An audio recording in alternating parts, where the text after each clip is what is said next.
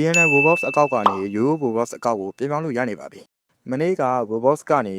VNN အကောက်တွေတဲကမှာ VNN နိုင်ငံမှာဖွင့်ထားတာမဟုတ်တဲ့အကောက်တွေကို location တန်းကြောင်းပေးနေတယ်လို့ပြောထားပါတယ်။တချို့အကောက်တွေကကြတော့ပြောင်းပြီးတချို့အကောက်တွေကကြတော့ပြောင်းနေရလို့ပြောထားပါတယ်။ဆိုတော့ကျွန်တော်တို့သိတဲ့အတိုင်းပဲမြန်မာနိုင်ငံမှာဖွင့်ထားတဲ့ Roblox အကောက်က VNN နိုင်ငံကိုရောက်သွားပြီဆိုရင်တော့ VNN နိုင်ငံမှာထုတ်ထားတဲ့သူတို့ရဲ့ Roblox ကိုစော့ရပါတယ်။ဘာသာတို့သိတဲ့အတိုင်းပဲသူတို့ရဲ့ Roblox ကကျွန်တော်တို့ရဲ့ရိုးရိုး Roblox နဲ့သူ့ကိုမတူအောင်မြန်မာနိုင်ငံကနေသူတို့ရဲ့ Roblox ကို download မရတာပြဿနာ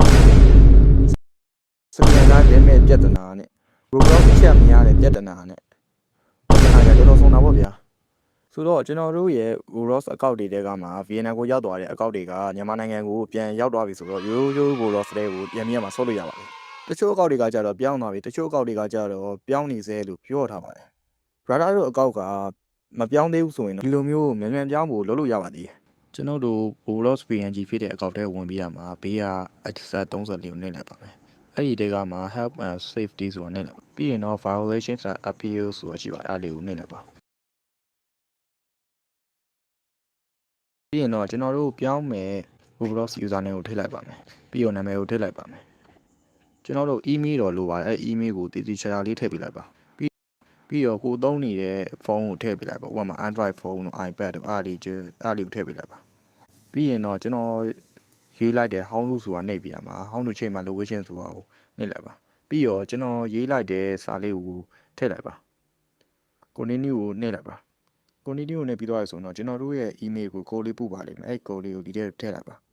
ထည့်ပြီးသွားရဆိုရင်တော့ကျွန်တော်တို့ parcel ကိုလုပ်ခိုင်းပါလိမ့်မယ်